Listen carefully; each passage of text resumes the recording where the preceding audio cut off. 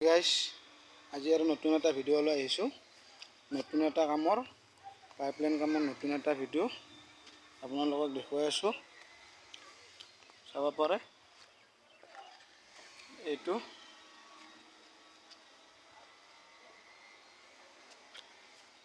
এটা গাইস এইটো নতুন বাথৰুম, নতুন লেট্ৰিন বাথৰুম হয়।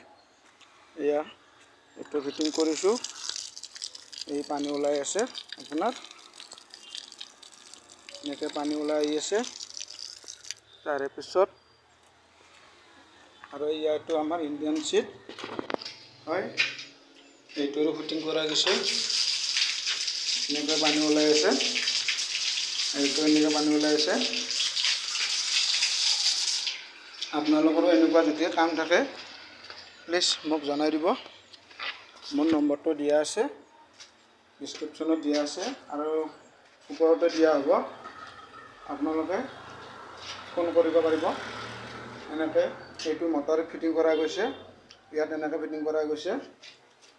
তাৰপিছত কাঠৰ পাইপলাইনটো আপোনাৰ এইটো এনেকৈ ইয়াৰ পৰা এনেকৈ এইবিলাক লেট্ৰিনৰ পাইপ ফিটিং কৰা হৈছে। এইবিলাক এনেকৈ ফিটিং কৰা হৈছে।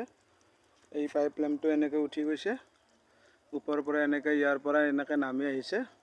নামি ফেলে এনেকৈ আহি পেলাই ইফালে যাই পেলাই মটৰত গৈছে। এইটো লাইন মটৰত গৈছে। মটৰৰ পৰা ইয়ালৈ এনেকৈ আহি এনেকৈ ওপৰলৈ টেংকিলৈ গৈছে। আপোনালোকৰ যদি কিছু অলপমান যদি অভিজ্ঞতা থাকে আপোনালোকৰ নিজে ফিটিং কৰিব পাৰে। গাইছ চাওক, এনেকৈ পানীৰ লাইনটো নামি অনা হৈছে। ইয়াত পানীৰ টেপবোৰ এনেকৈ হেৰি কৰা হৈছে, অন কৰা হৈছে। এইটো আমাৰ বজাৰ কমিটিৰ এইটো ইয়াত অৱস্থিত। এইটো পানী ইয়াত অন কৰি দিয়া হৈছে, এইটো অফ কৰি দিলোঁ। তাৰপিছত ইয়াৰ চিটটোৰো এইটো এনেকৈ ফিটিং কৰা হৈছে। গাইছ আপোনালোকে প্লিজ মোৰ চেনেলটো ছাবস্ক্ৰাইব কৰি দিব, কাৰণ আগলৈও যাতে আৰু পাইপলাইনৰ ভিডিঅ' দিব পাৰোঁ। মইতো বহুত আগৰে পাইপলাইন কাম কৰা প্লাম্বাৰ ৱাৰ্কাৰ হয়, কিন্তু মেইন কথা হ'ল ইউটিউব সিমান চলাই পোৱা নাছিলোঁ।